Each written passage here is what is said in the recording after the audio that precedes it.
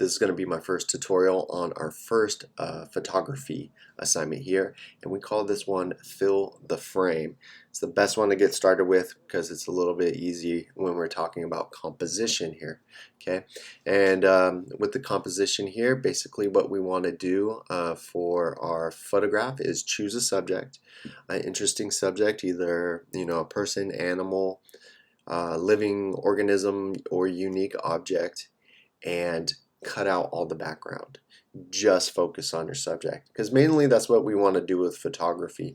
We want to pick a subject and really highlight them visually and not really distract with what might be going on in the background. So the best way to get around that situation is cut out the background. You get close to your subject, and that's all you have to look at so that you don't run the risk of that happening in your photographs. Okay, so essentially when we think fill the frame, we want to fill the frame with just your subject, and when you think fill the frame, you're just thinking it's a close-up shot, because that's essentially what it is here. Okay, so I have some examples here for you on the Google Slides here, and I got lots of details. Hopefully it's not too much information, but I'm going to go over them with you today. So this video should just work without reading, I guess, too much here. Okay, so looking at the purpose here, fill the frame cuts out any clutter that might happen in your photograph because there's no background. Okay, and it really draws the viewer to your subject and kind of creates this interesting connection without any visual disturbances.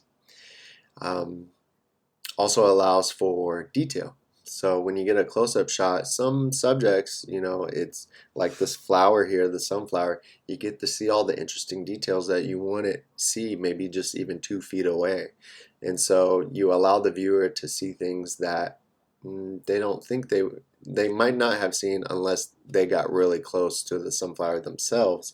And so you're giving that to the viewer. You're showing them the details without them exploring and having to go do it themselves. So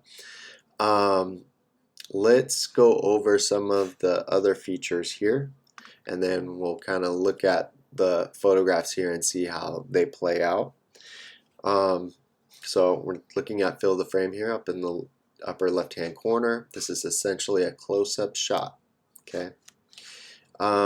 First thing you guys want to think of is when you think close-up, a lot of you guys might tend to zoom in with your camera, kind of pinch that screen, or you might have a slider that zooms in. Don't do that. Okay. As mentioned before in my tips, once you zoom in with your camera phone, you instantly lose quality to your photographs, and so there'll be some degradation there of quality. So what do? We actually physically get closer with our camera. We take a couple steps, or we kind of hold it closer with our camera right to the subject. Okay.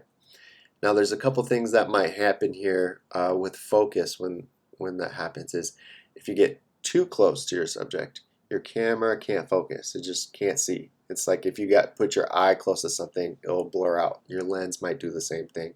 So you might need to pull back just a little bit. Okay. Second thing, you want to tap your screen kind of where you want your focal point to be and allow your camera to autofocus. And sometimes when you're too close, it takes a while for it to autofocus. And while it's in that autofocus, you can't just push the button and take a picture, because if it's still working, the autofocus, it might blur out. So give your camera a chance to autofocus, hold your camera steady, and then hit that button for the photo, and that should work. Okay. The best scenario to kind of work around that is to take lots of photos at lots of different angles, and you guys choose the best one to submit. Okay, that's my tip right down here at the bottom here, pro photo tip, and that's usually for all your photos. I should actually put that on the front main page on rules, guidelines, and tips, because it's the best way you guys can get around bad photographs. So I explained this part about the focus, getting close to the subject. Compositionally, a lot of you guys are going to tend to go right in the middle for your photographs, and that's fine. We have a photo assignment for that. Let's call it Symmetry. Well, I'm going to push you guys to kind of get your focal point or subject out of the center, okay? Create some more dynamic space. You guys can think about your one-point perspective, those that did the designs. Usually the designs look a little bit better when you kind of scatter the things in different places and create this kind of off-balance scenario. Add some movement, more dynamic. When you put things right in the middle, you know, the viewer just looks straight ahead, and that's it. Okay, when you kind of move it off, okay, like I might do here, okay, kind of opens up the space maybe for the background if you were enhancing the background, but just kind of allows for the eye of the viewer to kind of move around the photograph and look for different things rather than be straight in the center.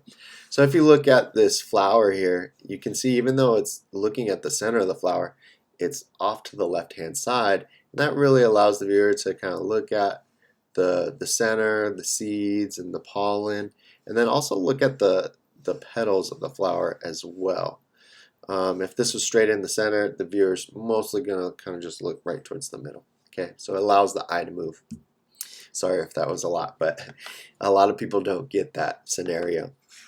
Even the cat, the eyes of the cat, a lot of times when people take photographs of people, the eyes are kind of right in the middle, and this photographer kind of moved the eyes of the cat up.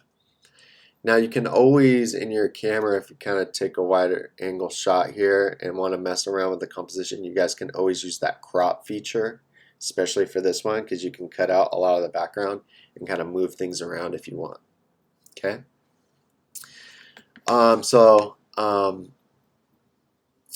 You know, compositionally, try to move it out of the center. It's okay if it's centered. Again, this is up to you guys. You guys practice whatever, however you guys want it. If you guys like it in the center, go for it.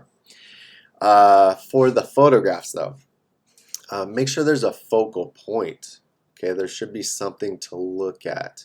So with the flower, it's not just the flower petals showing, it's the center of the flower. That kind of leads the viewer to for a starting point, and then it kind of branches out from there.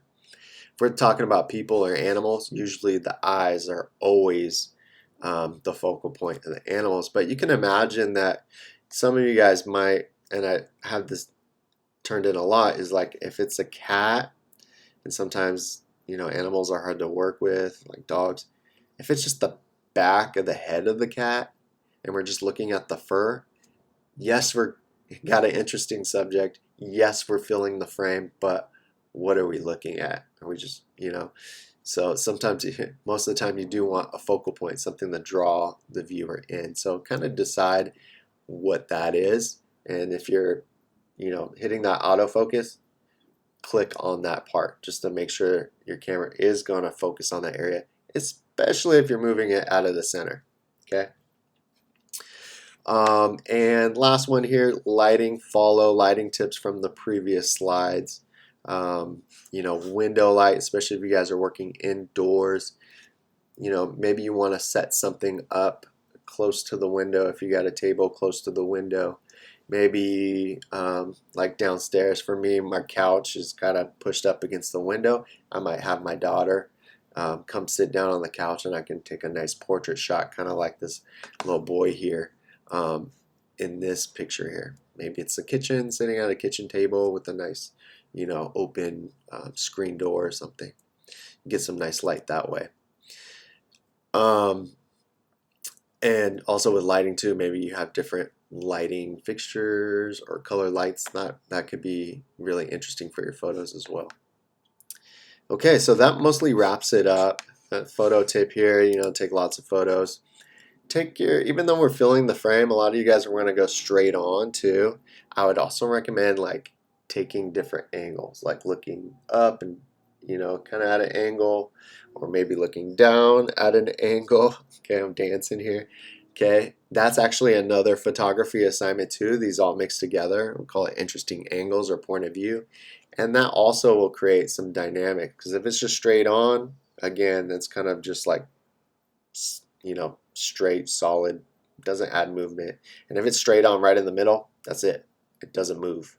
And, you know, the viewer kind of gets stuck in this one position. Okay. So just to wrap up here, this is a great example of this girl here of, kind of what not to do and how you can get around that with fill the frame.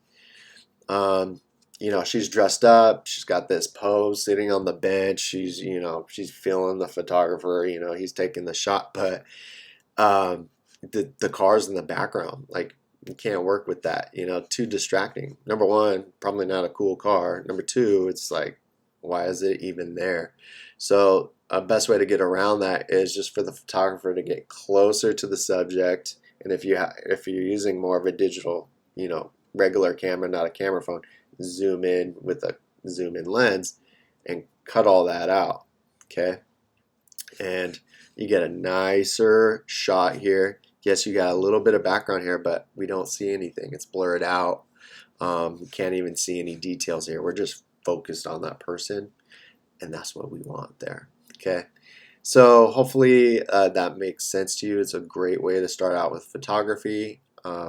I think you guys might be able to find some interesting subjects and pick up those details and those nice colors, even if it's a person or an object. Most people do flowers on this one. If you got flowers in the backyard, those are all great subjects. If you don't have flowers, try to use people or just find something around the house that might be a little interesting to look at. And I think you guys will do well. Grading wise, you guys turn something in. I'm going to give you guys full credit with our grading, new grading situation here. This is really just for you guys to kind of learn and to practice and have that freedom of not really worrying about what your grade is. And I'll give you guys some feedback on these once they get turned in. You're going to save it on your phone and turn it into Canvas as a JPEG, hopefully. You guys can always send the pictures to your email, take it out of your email to your desktop, and upload it to Canvas if you guys are having trouble with that. Or quite simply send it to my email, and I'm good with that too. All right, good luck out there. Happy shooting. Take lots of photos, and I'm excited to see what you guys come up with. All right, take care.